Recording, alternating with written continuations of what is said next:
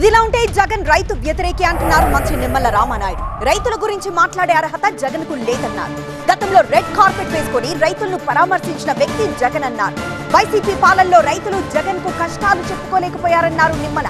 గతంలో చెప్పిన తప్పిదాలకు జగన్ రైతులకు క్షమాపణలు చెప్పాలన్నారు మంత్రి.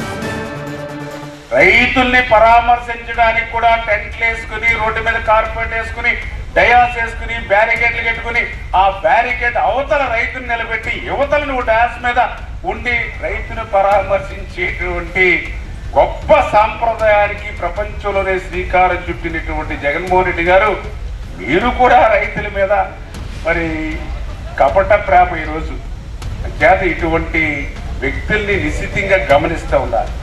అధికారం ఉన్నప్పుడు కన్ను మిన్ను కానలా, కనీసం రైతు దగ్గరికి వెళ్ళడానికి కూడా నీకు మనసు తప్పలా. ఇప్పుడే కాదు ఈ జన్మలో ఇంకెప్పుడు కూడా రైతుల దగ్గరికి వెళ్ళేటువంటి అర్హత జగన్మోహన్ రెడ్డికి లేదు.